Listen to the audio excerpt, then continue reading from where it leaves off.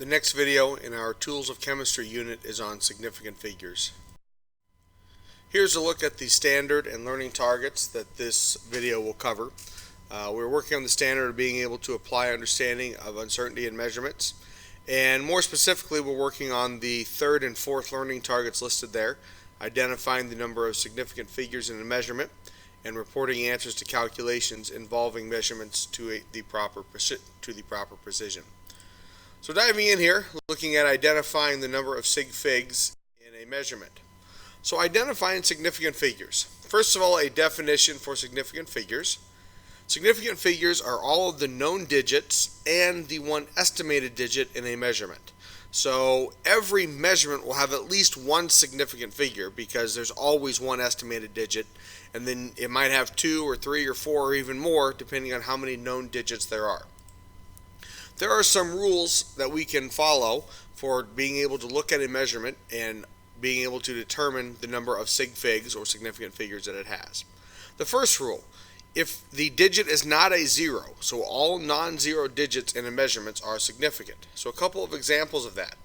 If we have the measurement 58.72 centimeters, notice that each of the digits is a non-zero, meaning all 4 digits are significant. The 3 known digits, the 5, the 8, and the 7 are all known. The estimated digit here in the hundredths place, the 2, that would be significant, so that is a total of 4 sig figs. Another example, 625 milliliters. Again, remember the last digit in any measurement is the estimated digit, so here we know for sure that the hundreds place is 6, the tens place is 2, we're estimating the 5, so 3 sig figs there. Alright, rule number 2. Any zeros that show up between non-zero digits would be significant. So for example, we have 60.06 miles. Based on the first rule, we know that the 2 6's are significant because they're non-zeros, and it's impossible to have digits between significant figures that are not significant along with them. So all 4 of those would be significant. So that would be 4 sig figs. 307.2 meters. This would also be 4 sig figs because you have the 0 between non-zeros, and so that would all those digits would be sig figs, so a total of 4 sig figs there. Alright, third rule. Final zeros that come after the decimal point are significant, meaning they are either known or they are estimated. So again, some examples. 26.20 inches. So this is a final 0, meaning it comes at the end of the measurement, and notice it's after the decimal point, to the right of the decimal point. In other words, it is there to show it's either known or, in this case, it's the estimated digit. We know for sure the 26.2, we're estimating the hundredths place there to be 0, so that is 4 sig figs. Here we have 3.0500. Notice both of these are final zeros after the decimal point, so they are both significant. The very last of those zeros would be the estimated digit. And then the first 0 we see between the 3 and the 5 is also significant because it's between non-zero digits. So that is 5 sig figs. So here we have 4 known digits. The 3.050 is known for sure, and then we're estimating that last 0 in the tenths, hundredths, thousandths, and the 10,000th place. We're estimating that. 20.0, this one is often confusing for students because we have 2 final zeros, one after the decimal, one before the decimal. So some students might look and say, well, this last 0 is significant because that's after the decimal point, but this middle one is not because that's before. Well, that cannot be the case. You cannot have 2 significant figures surrounding a non-sig fig. So we know that the 2 is significant because it's not a 0. We know that the last 0 is significant because it's a final 0 after the decimal point. So that middle 0 there must also be significant. So that is 3 sig figs. Fourth rule. Placeholder zeros are not significant. So zeros that are written in the measurement to hold the value of the measurement, that's what the placeholder means, are not significant. And there are really 2 examples where we would see that. The first example is whenever we have final zeros that come before the decimal. So for example, 2,520 kilometers. That 0 ends the measurement, but it is not after the decimal. It comes before the decimal. That 0 is holding the value of the measurement. Just consider this. If we were to simply take away or erase that 0, that measurement would go from 2,520 to 252. That changes the value of the measurement. Now, that does not mean that that 0 is not important, but it is not a significant figure. In other words, it's not known or estimated. Here, the known digits are the 2 in the thousands place and the 5 in the hundreds place. The 2 in the tens place is the estimated digit. In other words, we are for sure that this measurement is somewhere between 2,500 and 2,600. We're estimating the 2 in the tens place. The 0 that we see in the ones place is simply there to hold the value of the measurement, meaning it is not a significant figure. So that is 3 sig figs. Here's another example, 3,600 miles. Both of these zeros here are placeholders. They are both final zeros. They are both before the decimal point. So they're both placeholders. So that's just 2 sig figs. The other case where we have placeholder zeros is on leading zeros. These are the zeros that we see to start a measurement. In other words, zeros before the first non-zero. So if we see this, 0.0026 grams, zeros at the start of a measurement, whether it's before the decimal or after, are never ever significant. They are placeholders. So that is just 2 sig figs. Here we have 0.0350 newtons. That would be 3 sig figs. These leading zeros, the 0.0, are not significant because they are leading. The last 0, however, is significant because that's a final 0 after the decimal point. It's not a placeholder. We don't put it there to keep the value. We put it there to show that we estimated to that place. So that is 3 sig figs. Finally, significant figures only apply to measured values. If it's not measured, then we don't apply the idea of sig figs because there is no uncertainty in that value. So there are 2 situations where we commonly see this. The first would be with a counted value. So something that we count, that we don't measure. So for example, if we were to count the number of students in a classroom and we count that there are 25 students, there is no uncertainty. It's not, it might be 25.2, it might be 24.9. There is no uncertainty. There's exactly 25 students. So the idea of sig figs really would not apply because there is no uncertainty. Or another way to look at it is it would have an infinite number of significant figures. That would be like saying there are 25.000000000 forever and ever number of students in the classroom. The other example of whenever we don't have measured values would be if we have defined constants. So for example, 1,000 meters equals 1 kilometer. We don't have to measure a kilometer to find out that there are 1,000 meters in it. There are exactly 1,000 meters in a kilometer. It is defined that way. Again, it doesn't have to be measured. So there is no uncertainty. It would be an infinite number of sig figs. Likewise, we could write there are 1,000.0000, as many zeros as you wanted meters, are equal to 1.0000 forever kilometers, because there is zero uncertainty in those values. So here are some practice problems. I give you several different measurements, and you simply need to identify the number of sig figs in each. Pause the video, try it yourself. If you need to go back and look at the rules that apply to each of those, please do. Once you've answered each of them, play the video and see how you did. Okay, so you've had a chance to answer each of these. The first one, 304 centimeters, that is 3 sig figs. The rule that most applies there is that the zeros between non-zeros must be significant. So we know that the 3 and the 4 are significant. That makes the 0 between them significant. Here, the 4 would be the estimated digit. We know for sure there's a 3 in the hundreds place, a 0 in the tens place, and we're estimating the 4 in the ones place, so 3 sig figs. For B, that is also 3 sig figs. Notice there are no zeros. They're all non-zeros, so they are all significant. Again, the hundreds place and the tens place would be known digits, and the 4 in the ones place would be the estimated digit. C, there are also 3 sig figs because again we have non-zeros. The fact that those 4s come after the decimal point makes no difference. The only difference here is which decimal places the known and estimated digits are. Here we know for sure the ones place and the tenths place, and we're estimating that last 4 in the hundredths place. On D, notice now we have zeros that are at the end of a measurement, but they come before the decimal, so those zeros are not significant. So there are just 2 sig figs there. Remember, placeholder zeros, and those zeros there are placeholders, they are not significant. Recall the reason these zeros are present is to hold the value of the measurement.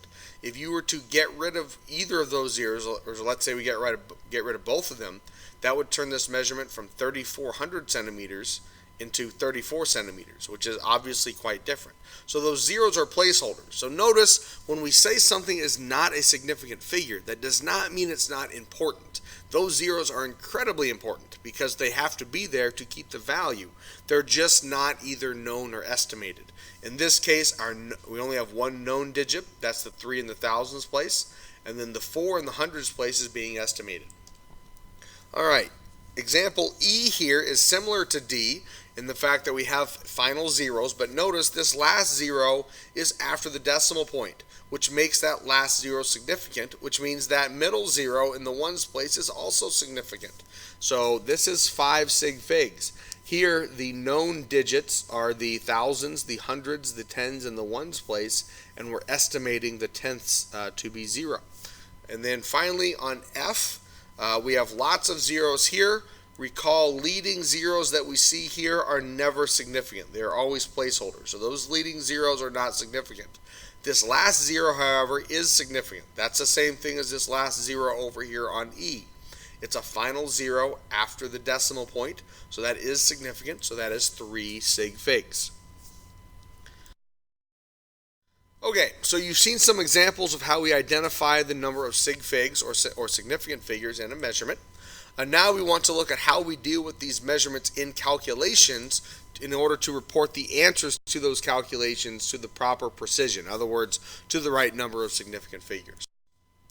So let's think about an example here. Let's consider a scenario if I gave you a rectangular table and I ask you to measure the perimeter of it. So here's the table, and you're going to measure the perimeter, meaning you're going to measure all 4 sides and add them up. Well, let's say you measure the long side, and each of the long sides is the same. They're 462 centimeters, as would have to be the case in a rectangle. So think about what we're communicating in this measurement. By writing 462 centimeters, we know for sure this is somewhere between 460 and 470 centimeters. In other words, the measuring device we're using is marked every 10 centimeters. It's marked 10, 20, 30, 40, etc. And it's somewhere between 460 and 470. We're estimating the ones place there. So the measurement of the long dimension is certain to 10 centimeters. It's uncertain to the ones place in the centimeters column. But then we go to measure the short side, and we say, I want to be more precise. Maybe we have a measuring device that is more precise than what we use for the long side, but it's just not long enough to measure it. So when we measure the short side, we measure with something more precise, and we find that the short sides are 96.28 centimeters. In other words, the measurement of the short dimension of the table is certain. We know with absolute certainty to the tenth of a centimeter. We know for sure it is 96.2 something centimeters. It's uncertain to the hundredth of a centimeter. We're estimating that 8 in the hundredths place. So now when we go to find the perimeter, we're going to add up these values. So we do that. The perimeter calculation, we just add them all up. 462 plus 462 plus 96.28 plus 96.28. Your calculator is going to tell you this, 1,116.56 centimeters. But I want you to consider something. Does it make any sense to report the perimeter all the way to a hundredth of a centimeter? Should I write that the perimeter of this table is 1,116.56 centimeters whenever we weren't even sure of the ones place on the long side, on the long dimension? We estimated to the ones place when we measure that. Would it make any sense to record my answer to that calculation all the way to the hundredths place? The answer is no. It doesn't make any sense. In fact, it makes much more sense if we simply rounded to the ones place, because we don't even know that place for sure on these measurements. So when our calculator tells us this, we would round our answer to 1,117 centimeters. Now, oftentimes students will look at that and will say, well, okay, so the 1,117 centimeters, that's simply the estimated answer. The real answer, or the exact answer, is 1,116.56. But here's the thing, though. That makes no sense because we're talking about measurements, which are uncertain. These measurements here of the long side, 562 centimeters, we weren't even sure of the ones place. So it makes no sense to keep our answer past the ones place. Remember, there is no such thing as an exact measurement, meaning our answers that we report to the calculations can also not be exact. We have to show the uncertainty, and that's how we do that, by rounding to the proper place. So there is no such thing as an exact measurement, so there is no such thing as an exact answer. So this isn't just, oh, I'm going to round it here because I don't need to worry about this other stuff. It's the only thing that makes sense is that we round it to where our measurement it allows us to. So let's see some more examples of this. So what we're getting at here, whenever we add and subtract, the answer to our calculation, if it involves measurements, now note that we're talking about measurements here. We're not talking about exact numbers. Okay, if I told you just to add up those numbers from the previous example, yes, you would report your answer as 1,116.56 because the numbers, there is no uncertainty to them. But if they're measurements, the answer to the calculation must match the precision of the least precise measurement. And that's exactly what we did on the perimeter example before. Let's see some more examples here. So let's say we had the following calculation: 24.3 centimeters plus 3.87 centimeters. When you're first learning how to do this, I would recommend that you write the problem, these addition subtractions, just like you learned to do when you were a little kid and you were learning how to add and subtract. And that is to line up the decimal points. So if I write it like this, and yes, you can still use your calculator, you don't have to do it by hand, but if you write it like this and then you plug it into your calculator is going to tell you 28.17 centimeters. That is not your answer. Your calculator will usually lie to you when it comes to significant figures. Notice this first measurement, the 24.3 centimeters, is estimated to the tenths place. That's the estimated digit. So when I report my answer, in other words, when I write the answer to this calculation, I have to round this answer, the 28.17, I have to round it to the tenths place. So I see that the next digit past the tenths place is bigger than 5, so I round up. So that makes my answer 28.2 centimeters. The point I want to really get across here, and I tried to make it on the previous slide too, is this is not something we do simply because we want an estimated answer, or it's not, oh, we don't need the exact answer. This is the answer to this calculation. There is not, oh, I only do this because Mr. Kurtz told me to round it to the tenths place. It is the only thing that makes sense because this first measurement in this case is uncertain to the tenths place. So our answer can't be any better than that. This is very much just like the phrase, a chain is only as strong as the weakest link in the chain. The answer to a calculation can only be as good as the worst measurement. Our answer to the calculation can't be any better than the worst measurement that goes into that calculation. So here's another example. 635 centimeters minus 398.23 centimeters. Again, it really helps if you write this and line up the decimal points. So you'd write it like so, and then when you plug it into your calculator is going to tell you 236.77 centimeters. But notice this first measurement, the 635 centimeters, the uncertainty is in the ones place. So I can't report my answer to anywhere past the ones place. So I have to round my answer to the ones place. So my answer here would be 237 centimeters because the number after the ones place is bigger than 5, so I round up. Alright, here are a couple more examples. These are two that commonly will confuse students. So we have 1240 centimeters plus 385.3 centimeters. So again, when you write it, add up or line up the decimal points, the decimal places, and your calculator is going to tell you 1625.3 centimeters. Ask yourself, where do you need to round? Pause the video and answer that question. If you said you need to round this to the ones place here, you would be incorrect. And this is a very common mistake.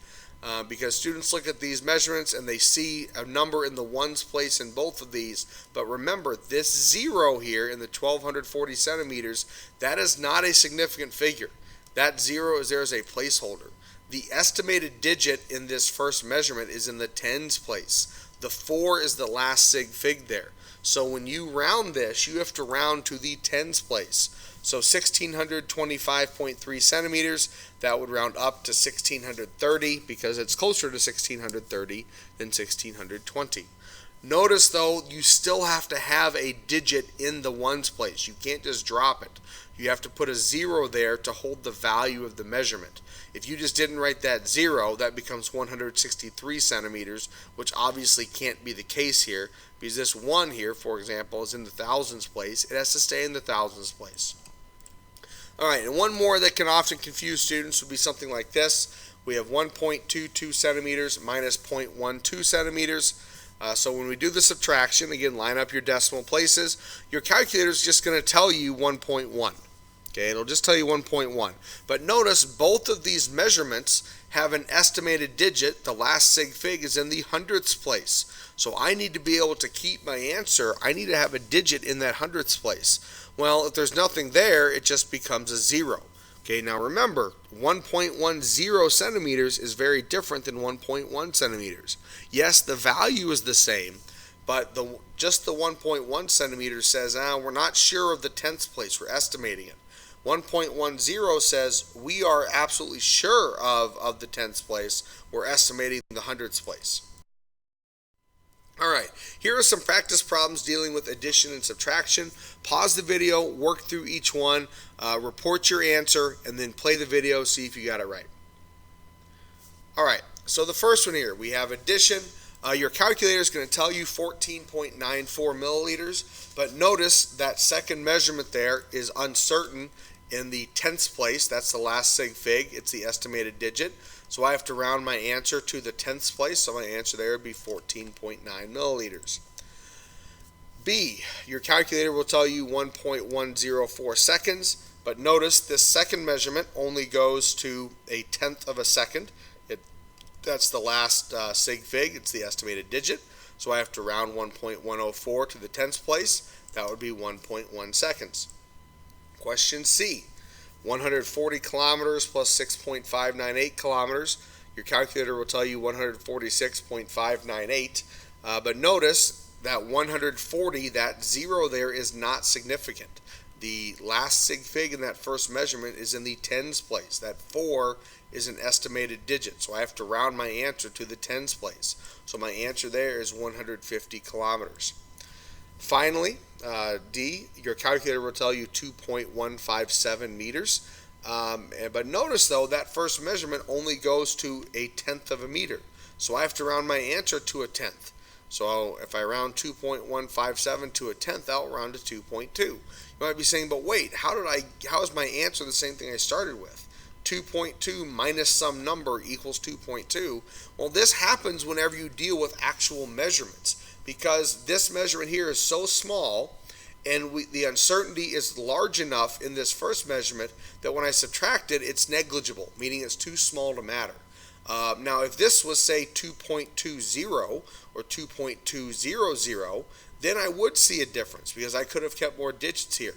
But because my first measurement there is such a poor measurement, meaning I don't know it to that many sig figs, then when I do the subtraction, nothing changes. Okay, so we've looked at addition, subtraction. Now let's look at multiplication, division. So let's go back to the rectangular table again. And now let's say instead of measuring the perimeter, we're trying to find the area. So recall with area, we would just multiply length times width. So my area calculation would be 462 centimeters times 96.28 centimeters. And your calculator is going to tell you 44,481.36 centimeters squared. But think about this. Does it make sense to be able to report my answer to this many sig figs if my measurements only had the number of sig figs that you see there? So notice this number here, the calculator answer, that would be 7 sig figs. But if I look at my measurements, my first one's only 3 sig figs, my second one's only 4. Does it make sense to have 7 sig figs in my answer? Can my answer be that much better than my measurements they come from? The answer is no, they can't be. Whenever we multiply or divide, we are always going to round our answer so it has the same number of sig figs as the fewest number of sig figs in my measurements. So notice with my measurements, my 462 centimeters is 3 sig figs, my 96.28 centimeters is 4, the fewest number of that is 3, so I'm going to round my answer here to 3 sig figs. So if I count to the third sig fig, 1, 2, 3, that's the hundreds place, I round my answer to the hundreds place, so the area is 44,500 centimeters squared. Again, this is not about just saying, oh, we just need an estimated answer. We don't need the real answer or the exact answer. This is the answer to this calculation. There is no other answer to it because my answer cannot be any better than the measurements they come from. Alright, so some more examples here of multiplication division. So just reviewing the rule we just learned there. Whenever we multiply or divide, the answer to our calculation that involves measurements must have the same number of significant figures as the measurement with the least number of sig figs. So looking at this first calculation, 3.65 meters times 2.2 meters. So your calculator, when you plug that in, 3.65 times 2.2 is going to say 8.03. But if you count your sig figs, you'll notice the 3.65 has 3 sig figs. The 2.2 has 2, so my answer cannot have any more than 2 significant figures. So looking at my answer, I count to the second sig fig, meaning I start with the first non-zero, so there's 1 in the ones place. My second sig fig is in the tens place. I have to round it to the tens place, so that is 8.0 meters squared. All right, here's another example. So 12.4 meters divided by 1.895 seconds. My calculator gives me this, 6.543535, etc. There's probably a lot more digits there, meters per second. But as far as knowing where to round, I count my sig figs. So the 12.4 meters has 3 sig figs. The 1.895 seconds has 4 sig figs. My answer has to contain 3 sig figs. So I find the third sig fig. So again, I start counting from the first non-zero. 1, 2, 3. So I'm going to round this to the hundreds place. I look to the next digit, it's less than 5, so 6.54 meters per second. Alright, a couple more examples here. So here we have a multiplication. Your calculator is going to tell you 951.75 Newton meters. Newtons times meters would just be Newton meters. If you count your sig figs, you'll see you have 4 sig figs in the first measurement. You have 2 in the second measurement. So my answer can only have 2 sig figs. So when I round this, my second sig fig here is in the tens place. The 9 in the hundreds place would be the first. The 5 in the tens place would be the second. I round it to the tens place. Notice I still have to have a 0 in the ones place there because I need to hold the value. I can't just not put anything there because then this would become 95 instead of 950 Newton meters. So obviously that 0 there is very important. It's not a significant figure, but it's very important. Alright, last one here, and this is a scenario that often confuses students early when we start working on sig figs. So here your calculator is going to tell you 0.00616 grams per milliliter. And if you think about the number of sig figs here, I'm going to have 3 sig figs. Both of those measurements happen to have 3. So my answer has to have 3. The question is, where do I round? Well, I don't start counting until I get to my first significant figure. So if I look at what my calculator says, the first significant figure doesn't show up until I get to that first 6. Because remember, leading zeros are never significant. So the first sig fig is in the thousandths place. So that's my first sig fig. So if I count 3 places from there, 1, 2, 3, that's going to get me to the 100,000ths place. And then when I write this answer, I round it to that 100,000ths place. It's going to be 0.00616 grams per milliliter. That is 3 sig figs to match the number of sig figs in my measurements. Alright, some more practice problems here. Again, pause the video, try them all yourself, and then play the video, see if you got them right. Alright, first one we have multiplication. Your calculator is going to tell you 23.87 meters squared. Notice the least number of sig figs here is 2. The first measurement's 2 sig figs, the second one's 3. So I get 2 sig figs, so I find my second sig fig. In this case it's in the ones place, so I round to the ones place. I get 24 square meters. On B, I'm going to get 3 sig figs. The first measurement there is 4 sig figs. The second one is 3, 1.90. That 0 is significant, so 3 sig figs. And rounding my answer to 3, that'd be the hundredths place there. That would be 1.58 grams per liter. On C, I'm going to get 4 sig figs. Notice this first measurement, 142.0 meters. That 0 is significant. The next one is also 4 sig figs. Your calculator is going to tell you 0.0397982, etc. Counting my sig figs, remember I don't start counting until I get to the first non-zero. So 1, 2, 3, 4. So it would be that second 9 we see there. Now I look to the next digit past that 9 and it's bigger than 5. So I round up. Well, that's going to make the 9 a 0. It'll make the 7 an 8. So my answer is 0.03980 meters per second. Notice you do need that 0 there because you need 4 sig figs. If I just left that 0 out, it would be 3 sig figs. So that 0 there is necessary. And then finally, my last one here, I'm going to get 3 sig figs. Both of those measurements have 3 sig figs in them. Your calculator is going to tell you 11,287 foot-pounds. Feet times pound will just be foot-pounds. And then my third sig fig, if I start counting from the left, 1, 2, 3 is in the hundreds place. So I need to round this to the nearest hundred. So that is 11,300 foot-pounds. Again, recognize you have to have those zeros there. Here, not because you need them to be significant. Here, because they have to be placeholders. Because if I just get rid of those zeros, my answer goes from 11,300 to 113, which is obviously not going to be the right answer. Alright, so in this video we've looked at identifying the number of sig figs in a measurement. We've also looked at how we deal with those sig figs and their measurements in calculations in order to have the correct precision in our answer.